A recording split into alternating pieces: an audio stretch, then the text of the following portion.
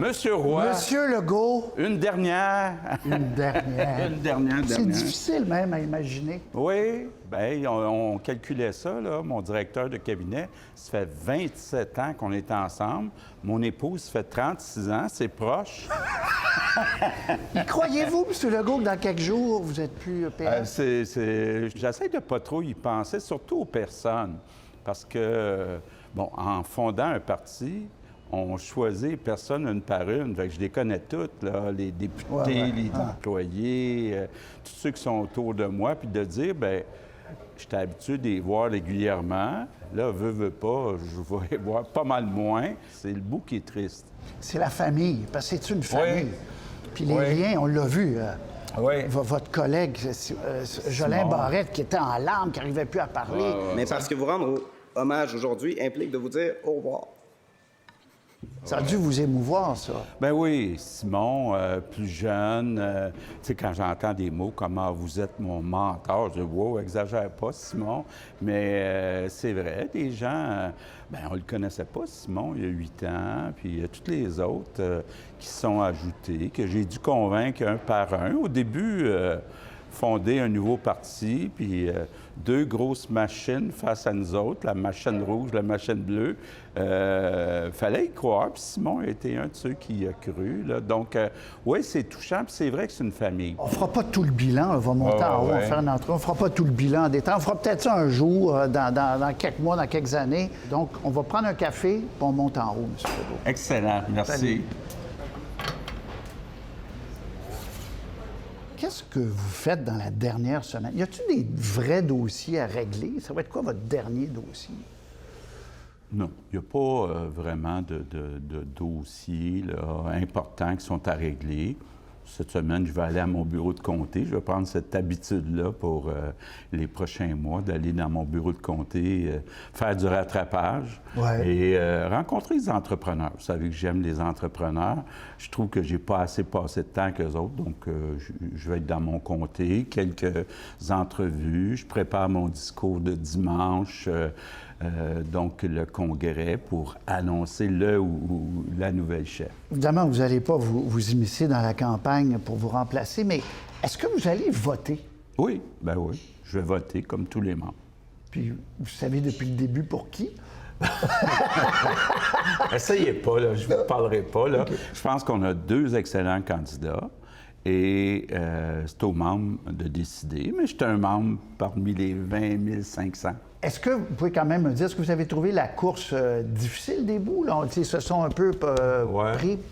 Non, bien écoutez, moi je viens d'un autre parti où j'ai vu des attaques pas mal plus dures.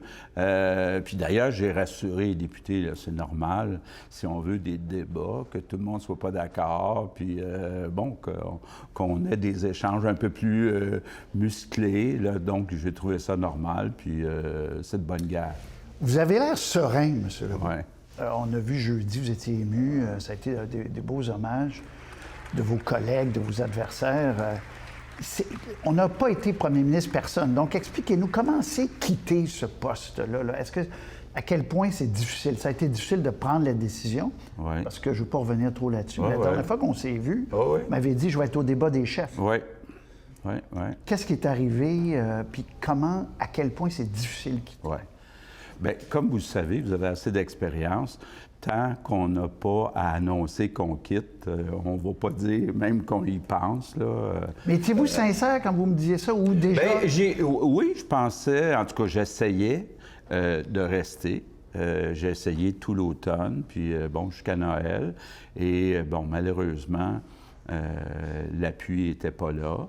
Et puis pour le bien du parti, je pense que c'était mieux que je laisse ma place. Mais oui, j'ai essayé. C'est quoi l'élément déclencheur? C'était quoi? Y a-t-il quelqu'un qui vous a dit une phrase à Noël? Y a-t-il quelque chose qui a fait que vous dites OK?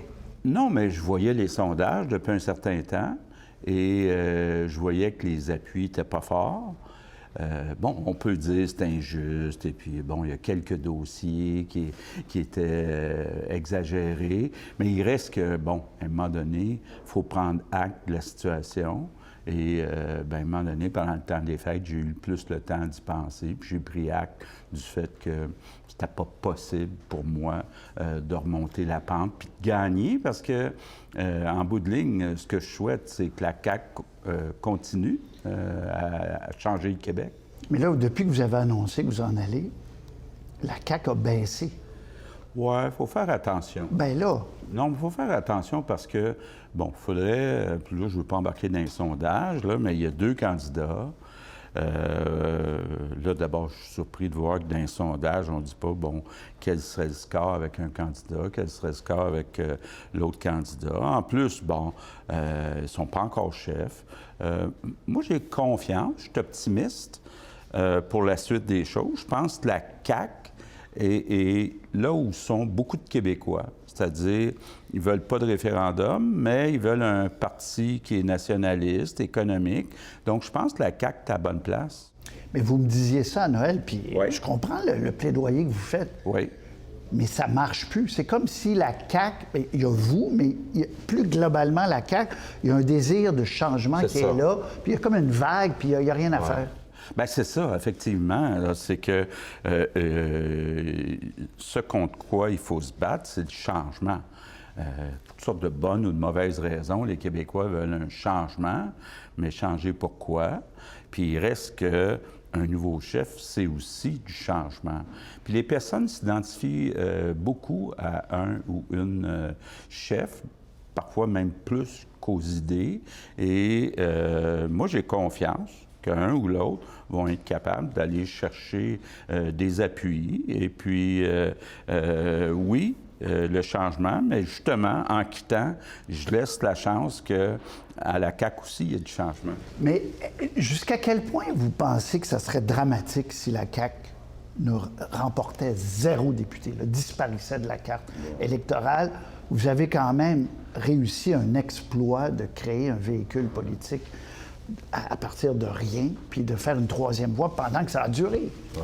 Bien, moi, je pense qu'il y a toujours une place pour une 3e voie au Québec, parce que, vous savez, moi, je suis convaincu qu'il y a une majorité de Québécois qui ne veulent pas de la souveraineté, à tort ou à raison, et à partir de là, bien, veut-on aller vers le Parti libéral? Et, tu sais, je le disais en citant Martin Saint-Louis, il faut prendre ce que la game nous donne. La game nous donne que les Québécois ne veulent pas de la souveraineté. Par contre, il va falloir que les Québécois priorisent, ou en tout cas que plus de Québécois priorisent la défense de notre identité, notre langue puis nos valeurs. Parce que je veux vous rappeler 2 dernières élections fédérales. M. O'Toole, M. Poilievre s'engagent, s'ils sont élus, à transférer des pouvoirs en matière d'immigration. C'est un sujet hyper important pour l'avenir de notre identité, parce qu'on a dépassé notre capacité d'accueil. Mais malgré ça, il y a plus de Québécois qui ont voté libéral. Ils vous ont pas écouté. Vous aviez même dit voter. Oui, c'est ça. Puis même, il y en a qui me l'ont reproché. Ben oui. Puis, bon, je comprends qu'il y a d'autres priorités. Tu sais, il y a d'autres priorités, puis peut-être qu'ils ont voté libéral pour d'autres priorités, mais il reste que si on veut défendre notre identité puis rapatrier des pouvoirs, bien, ça va prendre l'appui des Québécois. Puis, je pense que j'ai réussi à commencer le débat. Puis que les Québécois, en tout cas qu'une partie des Québécois se disent, là, moi, je suis assez fier d'être Québécois, que j'ai le droit de dire la capacité d'accueil est dépassée, puis je veux protéger notre langue et nos valeurs. Mais il va falloir qu'il y en ait plus, puis il va falloir qu'il y en ait plus qui priorisent la défense de notre identité lorsqu'il vient le temps de voter au fédéral. Parce que je comprends les péquistes qui disent « Ah, vous n'avez pas réussi avec le fédéral. » Oui, mais en même temps, il faut prendre ce que la game nous donne. Mais justement, mais qu'est-ce que vous avez réussi avec cette 3e voie-là par rapport au fédéral? Vous n'avez pas réussi de nouveaux pouvoirs. Est-ce que ça, c'est un échec pour vous? Bien, d'abord, on a agi avec les pouvoirs qu'on a. Rappelez-vous. Non, mais rappelez-vous tout le débat sur la laïcité qui a commencé avec les accommodements raisonnables à cabane à sucre, tout ça. Les gouvernements ont essayé d'agir, puis ils n'ont pas réussi. Nous, on a réussi avec la loi 21. Mais c'est dans vos champs de compétences, ça. Oui, je sais. Vous n'aviez pas besoin de la permission du fédéral pour ça. Êtes-vous allé chercher des gains du fédéral? Bien, on est allé chercher de l'argent, on est allé chercher une consultation pour la nomination des juges, mais honnêtement, bien, moi, j'ai été déçu que les Québécois fasse pas davantage une priorité du rapatriement des pouvoirs en immigration en votant au fédéral. Mais je pense qu'aujourd'hui, par rapport à il y a 8 ans, c'est plus une priorité que ça l'était. Je pense que les gens, tu sais, quand j'ai dit, je sais qu'il y en a qui n'ont pas aimé ça, parce que c'est comme ça qu'on vit au Québec, là, la loi 21, ouais. Bien, ça rejoint un certain nombre de personnes qui se sont dit j'ai le droit de souhaiter que le Québec reste le Québec. Donc, vous dites que les Québécois ne devraient pas voter pour le Bloc parce qu'on devrait voter pour les conservateurs pour avoir plus de pouvoir. Bien, regardez. Ben, c'est ça que vous dites. Bien oui, bien écoutez, le Bloc est pour la souveraineté du Québec. Moi, je pense qu'il y a une majorité qui ne veulent pas de la souveraineté du Québec. Le Parti conservateur veut transférer des pouvoirs importants au Québec en matière d'immigration, ce qui est très important pour l'identité. Le Parti conservateur est moins centralisateur que le Parti libéral. Mais je comprends qu'actuellement, il y a d'autres enjeux. Avec M. Trump, entre autres, bien, il y a des Québécois qui disent « Mark Carney connaît ça, l'économie. » Êtes-vous d'accord avec ça? Est-ce que vous trouvez qu'il fait une bonne job, Mark Carney? Bien, en économie, je pense qu'il comprend bien les enjeux, très, très bien les enjeux. Moi, j'ai eu des excellentes relations avec lui.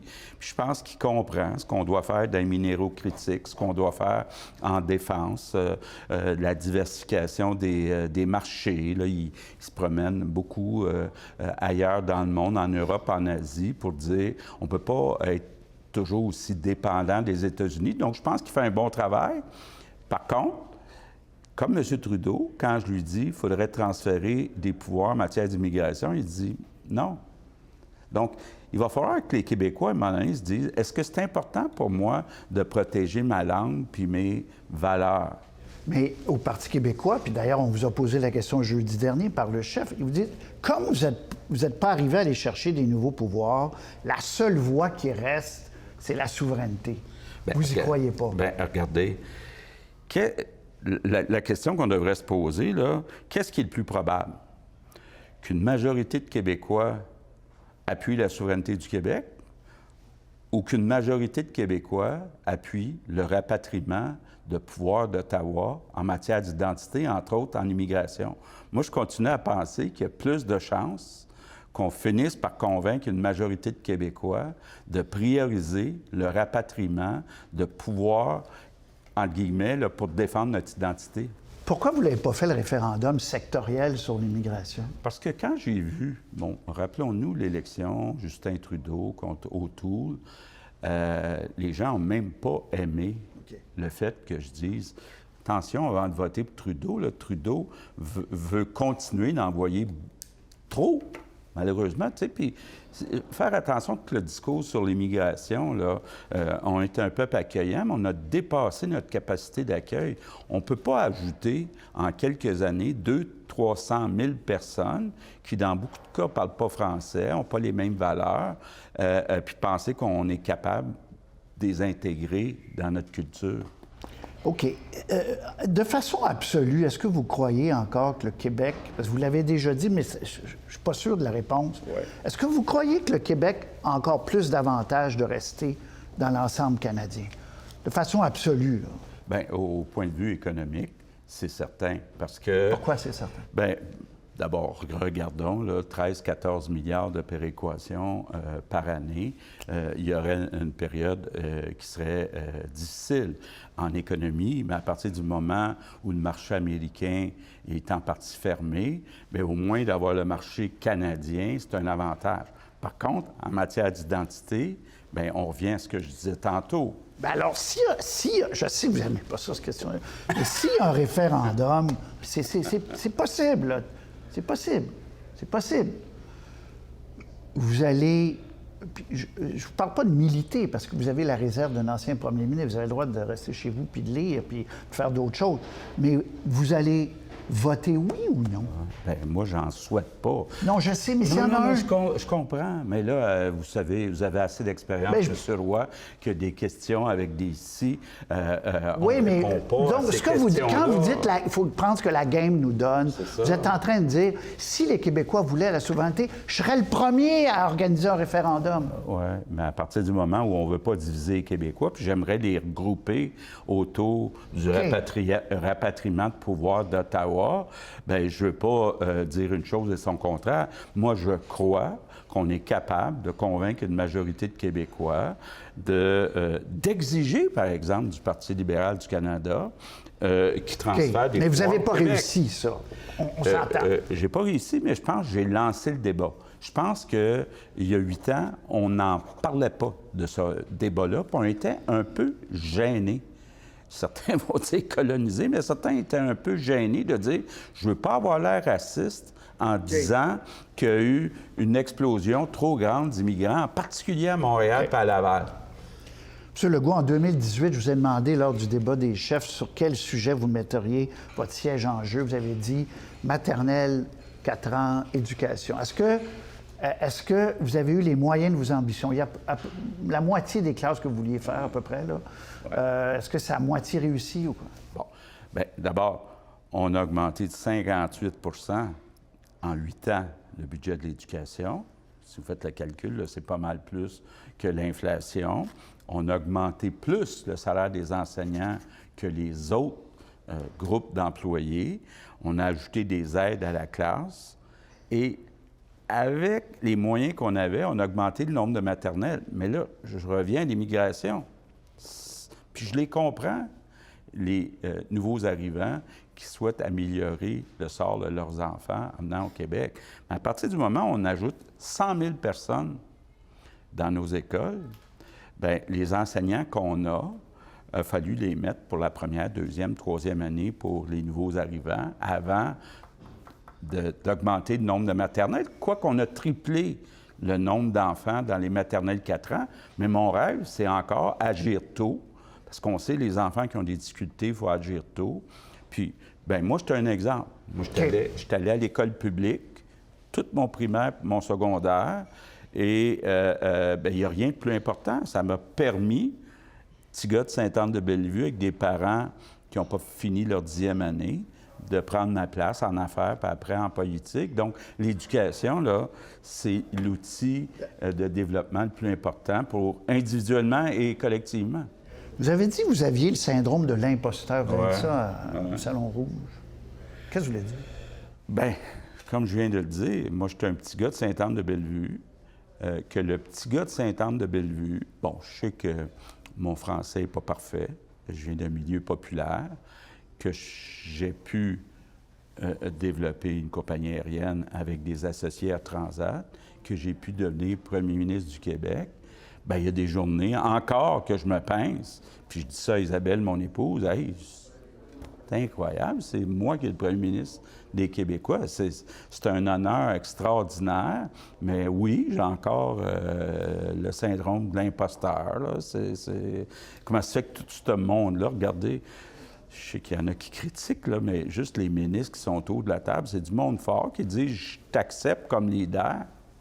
Les deux candidats qui veulent remettre en question le rôle de l'État dans l'économie, puis dans votre message d'adieu, enfin, de revoir à l'Assemblée nationale, vous avez dit, attention, il faut que l'État joue un rôle. Mais est-ce que vous n'avez pas trop fait sur ce front-là? Là?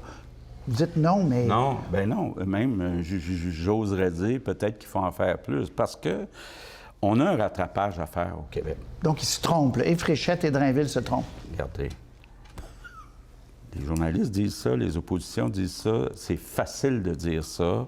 Tu sais, écoutez, moi, je pensais qu'on était sorti du débat, là, au lieu de mettre de l'argent pour aider des entreprises, on devait prendre cet argent-là puis le mettre dans les hôpitaux. Oui, bien c'est ça qu'on entend. Là, j'espère qu'on va éventuellement dépasser ça, parce que l'objectif de mettre de l'argent dans les entreprises, c'est de créer de la richesse pour investir dans les hôpitaux. Et on n'a pas beaucoup de familles, d'entrepreneurs, riches au Québec, encore. C'était vrai encore plus avant la création de la Caisse de dépôt, mais c'est encore vrai aujourd'hui. Puis en plus, tous les États dans le monde, incluant les États-Unis, incluant l'Allemagne, mettent en place des incitatifs pour attirer les jobs payants parce qu'ils se repayent avec les impôts. À un moment donné, il ne faut pas être naïf, puis il faut se dire, plus que jamais, avec ce qui se passe avec M. Trump, le Québec a besoin qu'on aide nos entrepreneurs. Mais je ne dis pas d'entreprendre à leur place, là. Je dis de les aider parce que je pense que c'est le privé qui crée de la richesse. Est-ce que la filière batterie, c'était réaliste? Je parle de la création de batteries en Occident, pas juste au Québec, avec les Chinois, puis on l'a vu, là, Nordvolt. Votre filière batterie, elle en arrache, là, en ce moment. Ouais. Trump a tourné le dos à ça. Qu'est-ce qui va rester de ça, là? Bien, regardez, si j'ai un regret, c'est cette perception-là. Parce que les chiffres sont têtus. Quand on compare la croissance économique par habitant du Québec au cours des 7 dernières années, on a battu le reste du Canada. Bon. C'est pas arrivé souvent. Et l'Ontario aussi. Et l'Ontario et tout. Sur les investissements qu'on a faits pour aider les entreprises, on a aidé 25 000 entreprises. L'investissement dans Nordvolt, c'est 1 de nos interventions, mais c'est peut-être 99 des articles de journaux qu'on a vus. Puis revenons sur la filière batterie. On a du lithium au Québec. Tout le monde en veut. Les Ontariens en veulent de notre lithium, les Américains en veulent. Dans le passé, souvent, nos ressources naturelles, on les a exportées sans les transformer. Donc, moi, mon idée, c'était de dire, on a besoin de lithium pour faire des batteries pour des véhicules électriques et on va vendre ces batteries-là aux Américains. Arrive Trump qui dit, moi, je ne veux plus rien savoir des véhicules électriques. Mais tu sais, je sais qu'il y a du monde qui n'aimeront peut-être pas ça, là, mais c'est comme une décision le lundi. Monday morning quarterback. Oui, je n'osais pas le dire en anglais, là, mais mettons que c'est facile après de dire « Ah ouais, quand on regarde ce que Trump a fait, c'était pas le temps d'investir dans une batterie de véhicules électriques. » Mais tu sais, à long terme, on va en avoir plus de véhicules électriques. Okay. J'espère que les batteries, on va les faire au Québec. M. Legault, le temps file, puis il y aura d'autres occasions pour tout refaire, mais quand même, je veux que vous replaciez le lendemain de votre défaite dans Jean Talon. Vous vous souvenez de ce point de presse-là à Québec? Donc, il faut se remettre en question. Et il faut écouter les citoyens de Québec. Qu'est-ce qui vous a pris soudainement rebrasser le troisième lien, dire on va faire un sondage, on va le refaire? C'est pas là le début, je vais dire de la fin, là, mais vous comprenez ce que je veux dire? Que le lien de confiance avec les Québécois s'est érodé, puis s'est brisé. On n'était plus capable de vous suivre. Oui. Bien, écoutez, vous avez couvert la pandémie, mais même à part la pandémie, ça m'est arrivé de changer d'idée. OK? Ouais. Puis les Québécois appréciaient que je sois capable de me questionner puis de changer d'idée. OK? Par contre, sur le troisième lien, qui n'était pas une décision noir ou blanc, ça n'a pas été accepté. C'était vu comme on ne peut pas avoir confiance. Oui, il change d'idée 2 fois. 3 fois. Oui. 2 fois. Okay. Anyway, c'est pas grave. 2, c'est déjà trop. Ben c'est ça, là. C'est que, à un moment donné... La recette de la pandémie, vous dites, vous pensez que ça allait marcher? Bien, moi, pas juste la pandémie, c'est que la recette que François Legault, il n'est pas orgueilleux au point de dire, moi, je vais défendre à tout prix les positions que j'ai prises. François Legault, il est capable de se remettre en question puis de changer d'idée. Je pensais que c'était le cas. Mais j'ai été obligé de me rendre compte que non. Là, les gens ont vu ça comme étant, ils auront une promesse importante. J'ai plus confiance. Fait que, là, je dis, ouais, c'est vrai. Il faudrait que j'espère. Tu sais, c'est ça, là. C'était dur. C'est vrai que c'était un moment dur. Oui, hein? Cette idée que vous vouliez plaire à tout prix à tous aussi, c'est un peu ça Ce n'est pas tellement de plaire, c'est de regarder dans la balance des inconvénients. Il y avait des avantages, des désavantages. Honnêtement, encore aujourd'hui, c'est un dossier, c'est pas noir ou blanc, là. C'est pas certain à 100 d'un côté ou 100 de l'autre. Dans 20 ans, y a-t-il un troisième lien, vous pensez? Je pense que oui, parce qu'on a 2 vieux ponts vieillissants. Il va falloir, à un moment donné, avoir un deuxième pont pour les camions. Santé, est-ce que vous avez renoncé à votre amitié avec M. Dubé pour régler avec les médecins? D'ailleurs, il y a eu un petit, pas froid, là, mais vous n'êtes pas allé le saluer. Bon. Moi, depuis que j'ai fondé la CAQ, une de mes grandes priorités en santé, c'était de donner à chaque Québécois accès à un groupe de médecine de famille. C'est comme ça qu'on va sortir les patients qui ont des petits problèmes, des urgences. C'est comme ça. Pour moi, c'était ça la priorité. Parler de ça des dizaines, c'est pas des centaines de fois avec Christian Dubé. Bon, Christian était d'accord avec ça, mais il y avait d'autres priorités. Puis à un moment donné, bien, on n'était pas d'accord. On n'était pas d'accord au mois de décembre dernier. Puis j'ai pris une décision. Puis je pense que j'ai pris la bonne décision pour les Québécois. Puis Christian n'a pas aimé ça. Mais ça ne veut pas dire que je ne respecte pas Christian. Vous n'êtes pas reparlé? Non. Ben non, mais c'est ça la politique aussi. C'est qu'à un moment donné, quand on est premier ministre, il faut prendre les décisions.